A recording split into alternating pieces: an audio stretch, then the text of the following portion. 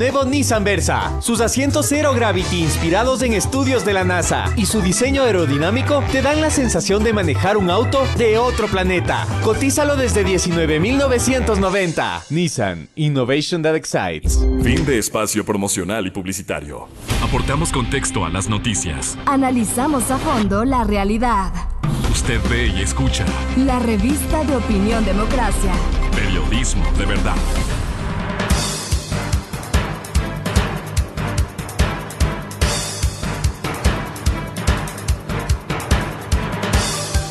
Estamos de regreso ya y el tema petrolero vuelve a tener un espacio, diríamos, profundo. Bueno, no es que vuelve, es siempre un espacio en donde se debate incluso gran parte de la economía del Ecuador, pero también, primero ya hay un informe de la Contraloría sobre la refinería del Pacífico. Después ahora se necesita para esa refinería 1.500 millones, digamos, se ubica 1.500 millones de una infraestructura inútil, de cosas que no van a servir. Y las otras, en cambio, quedan ahí un poco la necesidad de fortalecer la de Esmeraldas, las otras, o de generar una nueva refinería en realidad, más allá de que cuando algunos dicen el petróleo está dejando de ser la base de la energía. Bueno, hasta que deje de ser, parece que sigue siendo un buen negocio. Y para este tema hemos invitado al señor doctor Fernando Santos, al licenciado Henry Llanes y al periodista y director de Código Vidrio, el colega Arturo Torres. A los tres, muchas gracias por acompañarnos. Bueno, este primer tema de que ya hay un informe en la Contraloría y de que 1.500 millones de dólares, y otros hablan de más, pero de por lo menos estos 1.500, son una infraestructura que además no serviría para nada. Y una cosa que aprovecho, nos decía el señor abogado, el doctor Miguel Revelo, abogado del ingeniero Carlos Pareja, pero si las empresas que el ingeniero Pareja estaba denunciando hasta ahora nomás están firmando, hoy nomás van a firmar con el gobierno unos contratos, ¿serán los mismos? Es una cosa así como que no podemos salir de un círculo. Doctor Santos, bienvenido, buenos días. Muy buenos días, Francisco, Arturo, estimado Henry y a su audiencia. Sí, he leído como todos los ecuatorianos el reporte de este informe de la Contraloría, que en el aspecto numérico lo encuentro correcto, ¿verdad? 1.500 millones de dólares se votaron en un proyecto absurdo, que lo único que existe es un terreno mal aplanado, un acueducto lleno de huecos, parece flauta más que acueducto, y un montón de vivarachos multimillonarios. Así es que en esa parte numérica estoy bien. Lo que me sorprende es que la Contraloría se haya demorado 4 años en llegar a una cifra que todos los ecuatorianos la conocíamos desde hace esos años. Bien, lo que me preocupa, y le soy sincero, es que si bien no se ha oficialmente dicho quiénes son los responsables, pero la prensa que es tan bien informada, que aquí está don Arturo, que es un periodista de investigación de primera, ya han revelado los nombres. Y aquí quedan muchas dudas. 5 o 6 personas. Esto fue una confabulación de decenas de sinvergüenzas que se confabularon para robarle al país 1.500 millones. No se puede culpar a 6 personas, cogerles de chuquis. Al señor Pareja, que creo que ya tiene 15 juicios. No se le va a achacar a todo a un pequeño grupo. Es como si al final de la Segunda Guerra Mundial se hubiera condenado a quienes sobrevivieron, Himmler, Goering y Speer, y el resto libres. No. Aquí la lista de sinvergüenzas debe ser como el directorio telefónico de una ciudad pequeña, los que firmaron los contratos, los directores, los miembros del directorio de todos aquellos directorios a lo largo de la construcción, los jefes de departamento, los abogados que dieron los informes para estos contratos corruptos, los economistas, los ingenieros que se confabularon para robarle al país.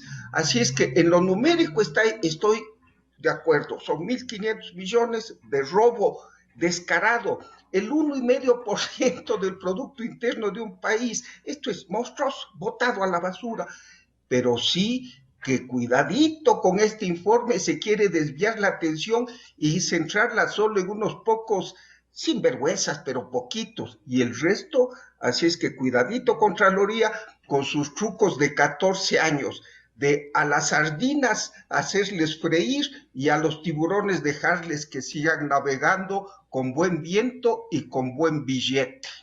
Claro, ahí al saludar a Freddy Llanes nuevamente, Henry, perdón, estamos pensando como dice el doctor Santos, esto es una estructura mayor, han vinculado a tanta gente, pero que el informe lo que propone son unos nombres, y esta mañana el propio doctor Revelo decía, oigan, ¿por qué no le hacen operativo al acuerdo que se firmó con la Contraloría de cooperación eficaz del ingeniero Pareja Yanuseli?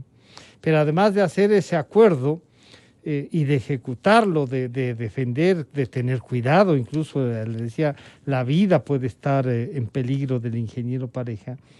Y lo que dice el doctor Santos, no son todos los que están.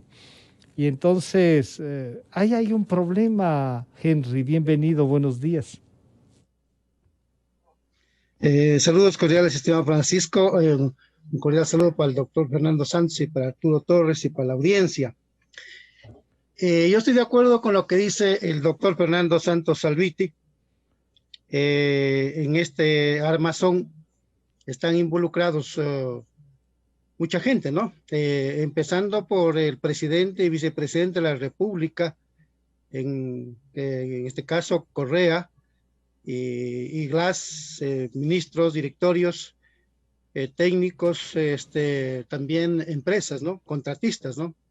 No olvides, Francisco, de que Rafael Correa, mediante un decreto ejecutivo, delegó el manejo de las áreas estratégicas a Jorge Glass. Y entonces esa responsabilidad inclusive nace de ahí porque la persona es responsable ante la ley por acciones y por omisiones, y obviamente Correa es un responsable porque él es el presidente de la República y de acuerdo a la ley de hidrocarburos, el ejecutor de la política petrolera es el presidente de la República bajo la propuesta del manejo de la política o del diseño de la política del ministro en este caso, de recursos naturales no renovables.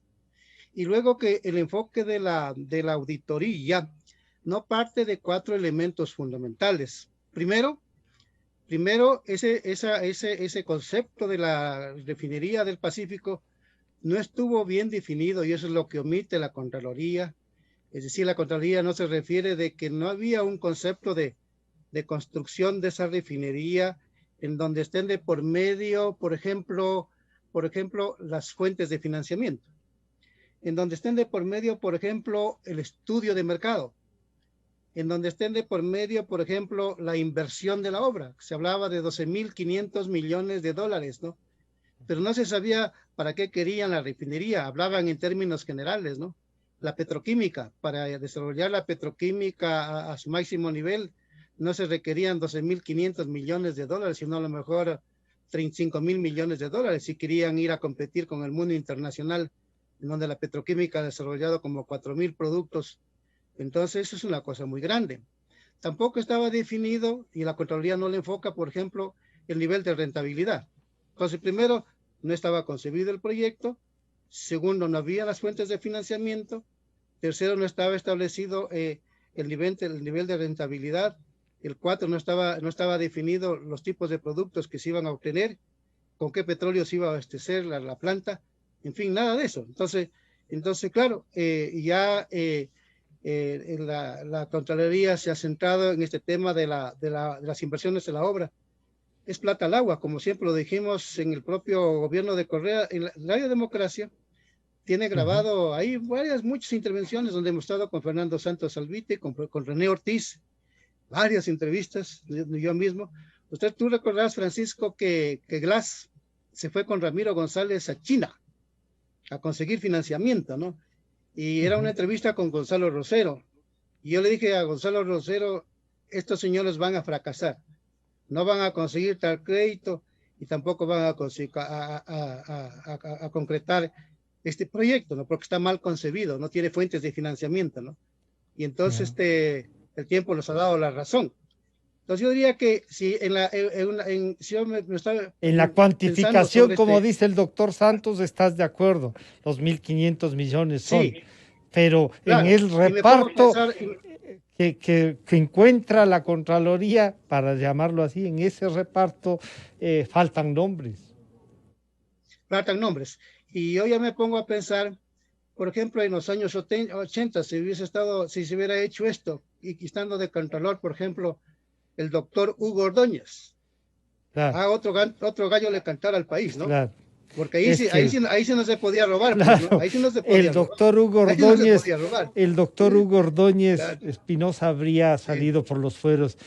Lo que pasa es que a veces olvidamos esa parte de la historia y esos referentes.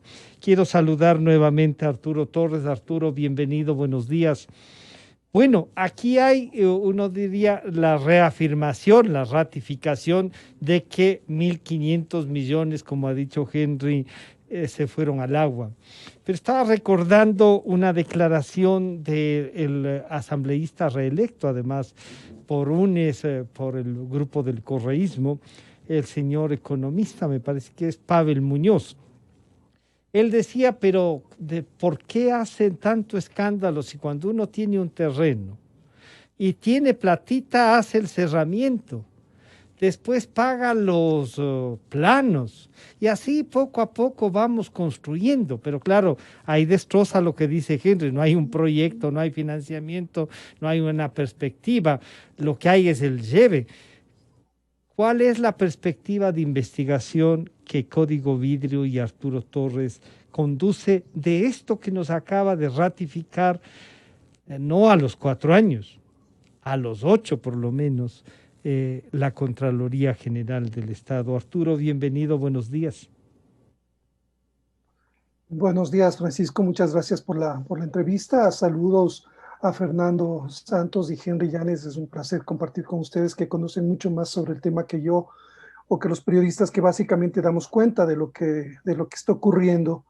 Y básicamente coincido con esta alerta o sea, este es un esquema, Francisco, que se repite en todas las contrataciones estratégicas de los sectores estratégicos. No nos olvidemos, o sea, esto no sale del contexto de un problema estructural que nos ha heredado la Revolución Ciudadana, y los costos para el país son enormes. O sea, los veremos los siguientes años, o sea, el lastre que el país va a cargar por todo este manejo delictivo de una estructura criminal que básicamente se dedicó a hacer negocios con los recursos del Estado ecuatoriano, y no porque la efectividad y la eficacia de las obras estaba en un segundo plano. Lo que se requería es mostrar esta pantalla de que algo se estaba haciendo con estas obras faraónicas o elefantes blancos. No olvidemos, Francisco, que sobreprecios se han establecido en todas las obras emblemáticas del gobierno de la Revolución Ciudadana. O sea, ya se han hecho los diagnósticos del mismo gobierno de Lenín Moreno después de la ruptura. Llamó a 3 firmas internacionales para que hicieran auditorías, y básicamente se encontraron problemas en algunas obras. Yo me refiero, por ejemplo, al tema de la planta de Bajo Alto, todas estas obras que estuvieron... El poliducto, el poliducto Pascuales. Pascuales, sí. Cuenca. Las bombonas de gas, ¿no? Esas son eran como 5.000 millones de dólares, que creo dijeron. Así es. ¿Ya? La misma refinería de Esmeraldas, no olvidemos, o sea, estuvieron ahí tratando de ampliando los contratos, el giro específico del negocio, y se establecieron pérdidas por más de 200 millones de dólares, según yo recuerdo. Entonces, me parece que no podemos tomar como punto de partida solamente la refinería para entender que este esquema básicamente se ejecutó para beneficiar a ciertas empresas, Odebrecht en este caso, que fue el encargado del aplanamiento de estas 540 hectáreas de la refinería del Pacífico, pese a que además de los estudios de factibilidad se gastaron como 250 millones de dólares. Es decir, se construyeron las rieles sin tener el tren, que era la refinería, ¿no es cierto?, que va a costar y que está estimado en más de 10,000 millones de dólares. Entonces, es descabellado, es descomunal lo que ocurrió en el manejo de este tema, descomunalmente corrupto. Entonces, sí yo concuerdo con lo que mencionaba Fernando sobre, claro, o sea, básicamente la Contraloría acaba de establecer algo que desde hace años se conocía, pero ¿y las consecuencias en el campo penal cuáles han sido? La estructura que básicamente se armó para esta gran programación de negocios desde el gobierno de Rafael Correa, ¿cuáles han sido las consecuencias reales en el campo penal? Porque básicamente vemos al ex vicepresidente que está en prisión todavía cumpliendo una pena por el caso Sobornos, pero evidentemente la estructura tiene muchas ramificaciones y contó con muchos operadores que todavía no han rendido cuentas, y las autoridades están, creo yo, en la obligación de seguir y profundizar más de esa pista. Claro, y para profundizar esta pista y este esquema, un modelo de negocio, podríamos decir, parece que es difícil desmontarlo, doctor Santos. No solo porque, por ejemplo, en el caso de Las Torres, que son últimos, también es llamado el ingeniero Pareja. Y no se termina. El señor abogado Revelo dice, se le entregó al fiscal Vaca y a otro fiscal más los documentos, lo que quería hacer como colaboración eficaz, y se han llevado los documentos. ¿Qué le pasa a la fiscalía que no ha pedido esos documentos? Y sí, si bien no es necesariamente un chivo expiatorio, pero uno podría decir es al único más o menos pez gordo que se logra detener entre el vicepresidente y el ingeniero Pareja. Pero esa estructura parece sigue funcionando en el sector petrolero, doctor Santos.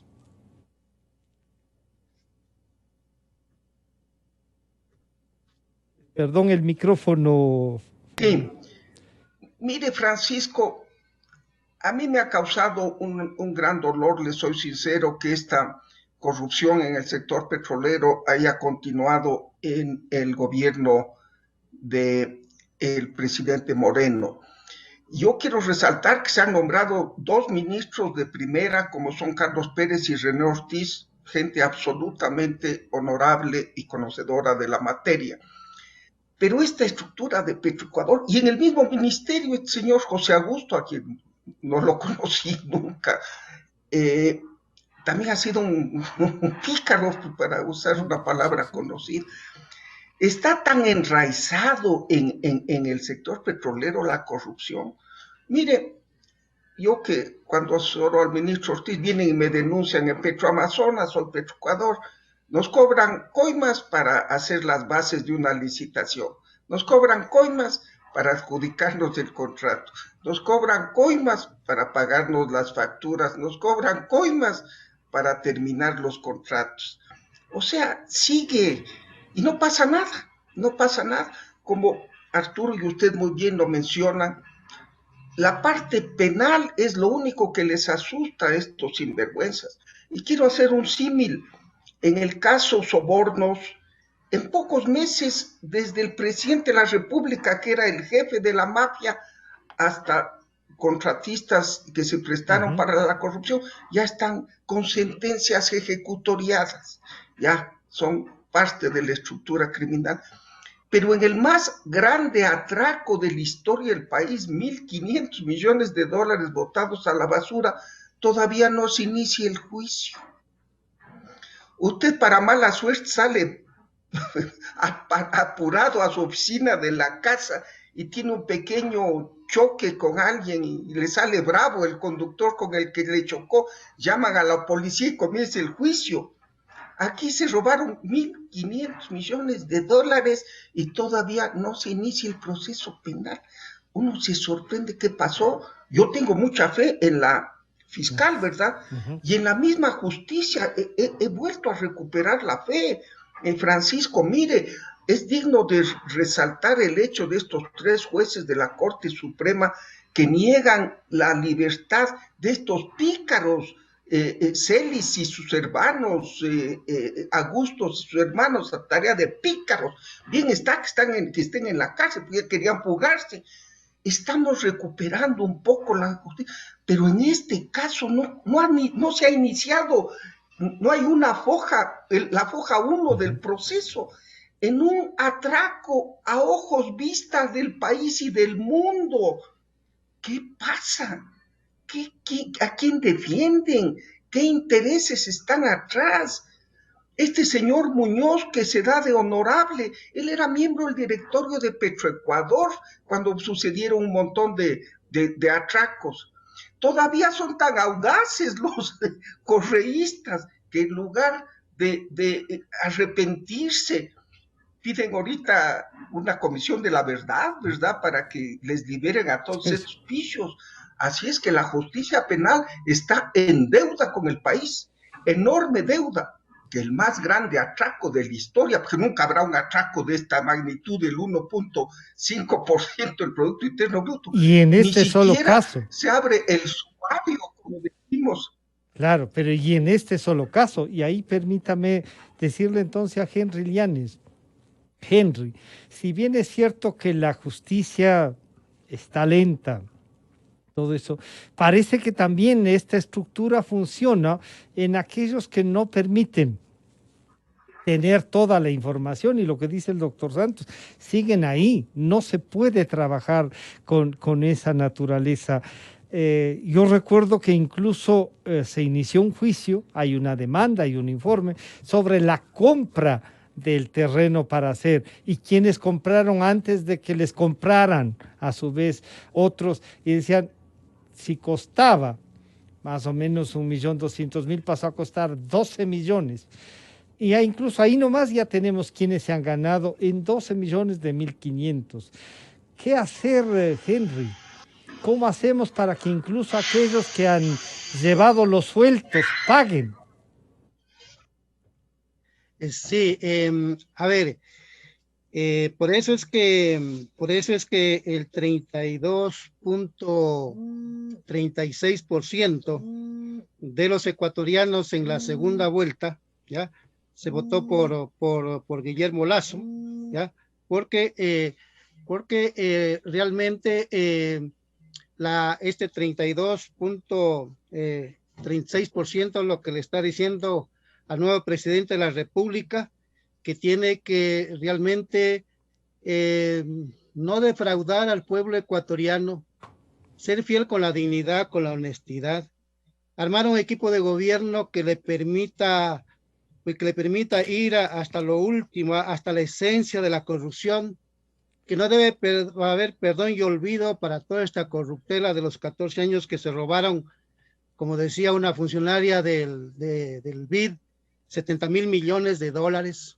Jorge Rodríguez, que ya no está con nosotros, hablaba de 35.000 millones de dólares que fue el atraco del correísmo, y por eso es que el correísmo está desesperado y queriendo armar una alianza. Dentro de pocas horas ya sabremos, en un par de horas, a quién eligen en la Asamblea Nacional, pero yo les digo a la Asamblea Nacional, el pueblo no les perdonará si alían con el correísmo putrefacto.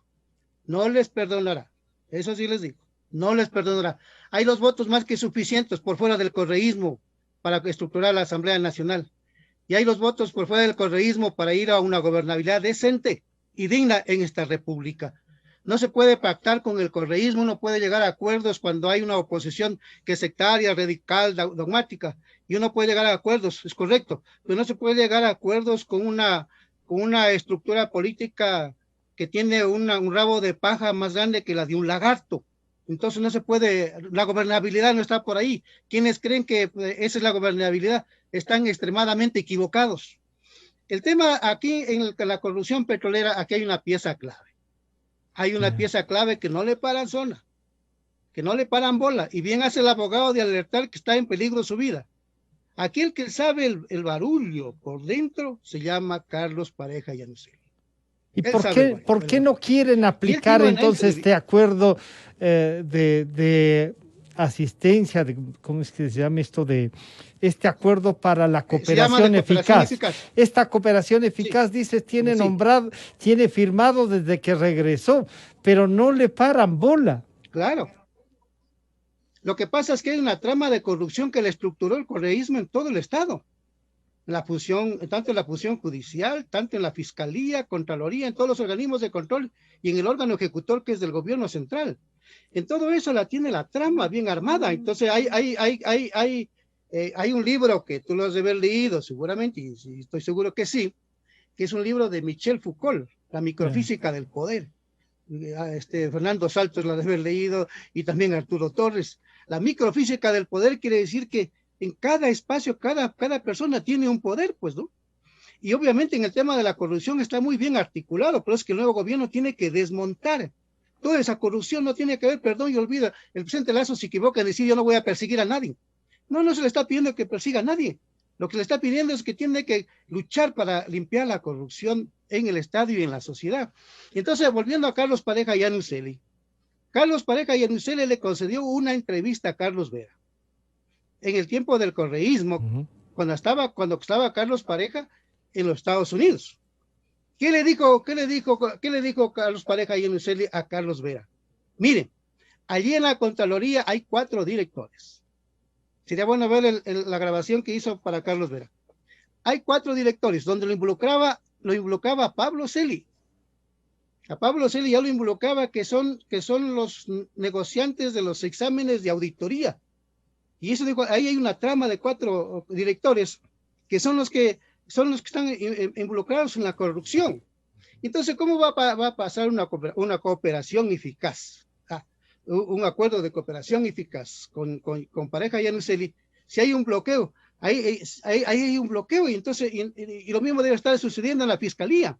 Y entonces lo que yo quiero decir es de que en esa entrevista que ya le concedió a Carlos Vera, ella mencionó quiénes eran las personas que estaban involucradas en este fallido proyecto de la refinería del Pacífico, que no tenían concebido el proyecto. Lo que querían era robarle al Ecuador. Claro.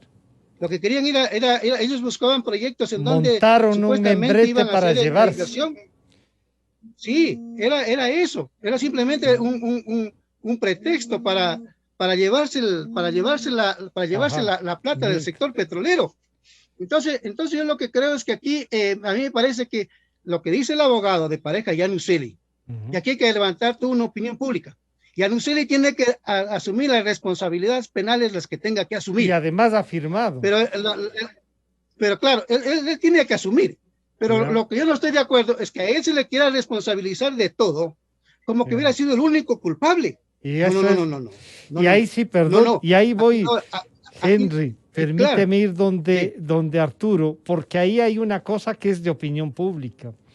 Claro, si se achaca a uno que ya está juzgado, que vino, se entregó, firma un acuerdo de cooperación eficaz al que no se le da trámite, pero el abogado nos acaba de decir esta mañana, él entregó la documentación al fiscal Vaca y a otro fiscal más. Pero estos 2 fiscales no han dejado los documentos. ¿Será posible que lo que nos recuerda Henry, que la prensa acceda entonces, porque eso ha sido importante, a hablar con Pareja Yanuseli, incluso como su propia garantía, nos cuente todo la fama que comenzó a contarnos, tú recordarás, por pastillas desde Miami, las cosas que decía, y le decía, no vas a conversar conmigo, Glass, vas a ir a la cárcel, y regresó.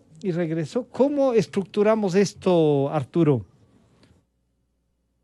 Bueno, creo que básicamente todas las evidencias que que han ido apareciendo a lo largo de estos años nos ayudan a entender que estamos frente a una compleja estructura delictiva que necesita ser desmontada porque está enquistada. Eso me parece que es importante recalcar, como bien mencionaba Fernando Santos y también Henry. O sea, esto atraviesa todo el sistema estatal institucional. Es una estructura que se montó desde el año 2007, cuando llegó al poder Rafael Correa.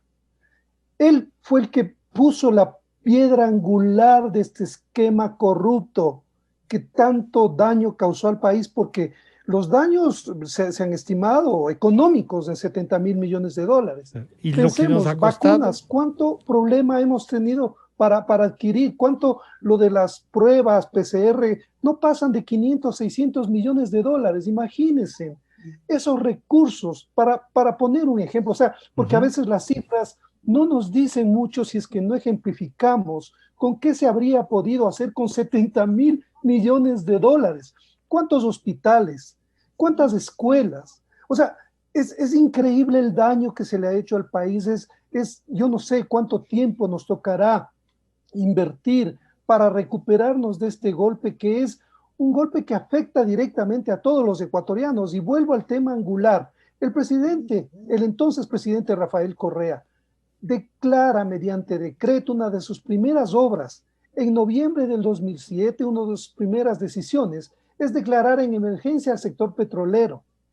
Ese fue el paraguas con el cual justificó la adjudicación de contratos en forma directa. Recordemos las emergencias, luego el giro específico del negocio. O sea, las decisiones que permitieron que estas acciones de corrupción se lleven adelante nacen del expresidente Rafael Correa.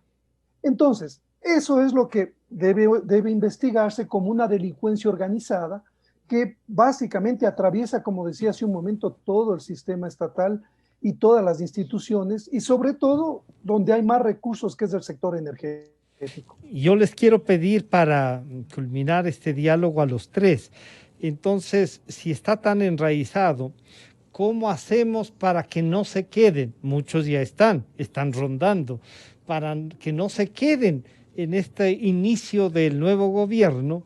¿Y qué debería hacer para que además, desde la Contraloría, los que están de directores ahora y los que estuvieron antes, respondan por lo que ha pasado? Pero, ¿qué le podemos recomendar al presidente electo que pueda hacer en esta infraestructura institucional montada, en donde parece hay que ir a desmantelarla? Algo habrá que hacer, doctor Santos. Mire, Francisco, yo estoy de acuerdo con la propuesta de la Comisión de la Verdad. Pero con un objetivo diferente. Perdóneme, la Comisión de la Verdad. Exactamente, que investigue. Para investigar, no para que investiguen los crímenes de Correa. Ya me hizo gobierno asustar. De Correa que todavía están en la nebulosa.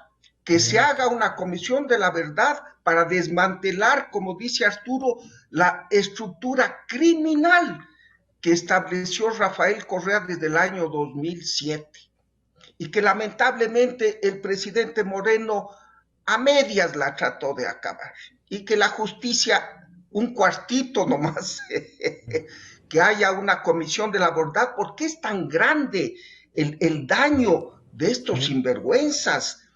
70.000 millones se robaron. Entonces, ya la justicia y la Contraloría ya no tienen ni los medios ni la confianza de la ciudadanía. Así es que se haga que vengan expertos extranjeros, totalmente de acuerdo, pero que investiguen los crímenes de la estructura criminal que forjó Rafael Correa y el correísmo en este país. Ese sería el principio de la sanación de la moral pública. Henry, ¿cuáles serían las recomendaciones y los pasos? A ver, hay algunas líneas de entrada que pueden ser eficaces, ¿no? Primero, yo diría que el presidente Lasso nombre a un buen ministro del área petrolera. que no tenga compromiso con ningún grupo, con ningún lobista, con ningún amarrador de los contratos, ¿no? Yo creo que debe ser una persona independiente, comprometida con la ética, con la moral, valiente, inteligente, para tomar decisiones de fondo, para trabajar al mismo tiempo, en trabajar en la lucha contra la corrupción y lo segundo, trabajar en la reforma, ¿no? Lo mismo tiene que hacer con el presidente ejecutivo de Petroecuador, no a cualquier oportunista ambicioso, lobista, ¿no? De esos que siempre han habido, ¿no? Y que han estado vinculados al sector. Entonces, me parece que es el segundo. La Asamblea Nacional tiene la oportunidad de estructurar una buena comisión de fiscalización y control político. Yo creo que si la Asamblea tiene el acierto de estructurar una buena comisión de fiscalización y control político, nosotros inclusive le podríamos ayudar. Yo en lo personal podría ayudar, orientar de cómo se debe impulsar esa investigación. También pienso que porque la lucha contra la corrupción tenemos que hacerla nosotros, pero aquí sí hay gente proba, aquí sí hay gente valiente, aquí sí hay gente decidida, que está dispuesta a jugarse. Yo creo que la designación del nuevo Contralor no tiene que ser cualquiera. Tiene que ser una persona que debe reunir en verdad que tenga el peso, perfil de ¿no? probidad, Sí. debe reunir de idoneidad. Y sí, finalmente lo que quería decir. En el caso, yo creo que a Pareja y a Lucelli hay que hacer lo que hable, lo que tú dices, Francisco. Los micrófonos tienen que abrirle a Pareja. Y a Pareja tienen que protegerlo, porque bien dice el abogado, hay amenazas de muerte. Porque de él sabe, secuestro, de como todo. dicen los jóvenes, como dicen los jóvenes, él sabe la plena. Pareja y a Lucelli sabe la plena. Y sucede que entonces, nosotros le pedimos a la Contraloría que conforme una comisión una veeduría para la investigación del área de la corrupción petrolera y también una veeduría para el seguro social. Pero le han estado pidiendo al ratón que cuide el queso, pues, Henry. Claro, nos recibió Pablo Celi, y ahora atando cabos, ¿saben a qué lo encontramos haciendo antesala? Allí en la Contraloría fue a Santiago Cuesta. Y cuando Santiago Cuesta entra de, como dice el lenguaje cotidiano, entró de sopetón. Nosotros estábamos en la sala de espera. Y nos ve y salió de espaldas, ¿no? O sea, retrocediendo. No se dio la vuelta, sino que dio los pasos hacia atrás. ¿Sí? Y no es precisamente porque Henry sea agua bendita. Arturo, perdón ahí. Arturo, ¿cuáles serían? Perdón, sí. Henry, que se me está yendo, se me va el tiempo. Arturo, ¿cuáles serían las recomendaciones de las dos cosas que han dicho tanto Fernando Santos y Henry, que nos acaba de contar cómo se encontraron? Los unos en busca de investigación y el otro todavía no sabemos a qué iba, aunque se sospecha. Pero este es el país, Arturo, que tú lo sigues, que tú lo escudriñas todos los días como buen periodista. Gracias, Francisco. Creo que es importante poder debatir sobre, o sea, estamos a las puertas de que empiece el gobierno de Guillermo Lasso. Y evidentemente la purga que tiene que realizar no es una reingeniería total alrededor del sistema de compras públicas y de contratación. Vemos la deslegitimación de los organismos de control también permeados por la corrupción, y esto es mucho más grave. O sea, tenemos problemas a nivel de Contraloría, la justicia, que también está evidentemente permeada por la corrupción. Entonces, el trabajo tiene que ver, o sea, hay mucho que hacer. Creo que también la estructura, el andamiaje que se montó legal desde la Constitución de Montecristi está intacto, ¿no es cierto? Básicamente por eso es que el actual presidente saliente, Lenín Moreno, tampoco pudo ir más allá de los ofrecimientos de esta cirugía de la corrupción. Mayor. Entonces, o sea, implica una acción mancomunada de diferentes instituciones, desde la sociedad civil, un apoyo concreto. O sea, no es fácil enfrentar un problema sistémico y endémico de la corrupción en el Estado ecuatoriano. Entonces, el gobierno tiene que precisamente tomar en cuenta un enfoque mucho más global, integral, para entender que esto no es una cuestión solamente de personajes, ni de funcionarios que pasan por los puestos o que tengan la voluntad de hacer las cosas bien. No, es el sistema el que tiene que ser revisado para encaminarlo hacia una forma más transparente de la contratación en el sector público. Y ustedes han coincidido en 3 cosas: una comisión de la verdad, pero de la verdad del que se ha pasado, no de la otra. Henry nos ha dicho, están dispuestos a colaborar, a trabajar con la Asamblea, puede jugar un rol especial. Y lo que nos acaba de decir Arturo Torres, ¿no? Arturo dice, aquí vamos a trabajar entre todos, las aristas son variadas. Muchísimas gracias al doctor Fernando Santos, al licenciado Henry Llanes y al licenciado Arturo Torres, a los 3 gracias por acompañarnos en esta conversación. Estamos terminando esta semana de trabajo. Un gusto saludarles a los 3. Gracias por su aporte. Gracias. Buen día. Muchas gracias. Esperemos que a ver qué pasa hoy a las 10 de la mañana. Nos estamos despidiendo con esto, como dice Gonzalo Rosero, buscando la verdad. Y ya viene, clarito está, con los economistas Vicente Albornoz y Sebastián Oleas. Gracias por acompañarnos.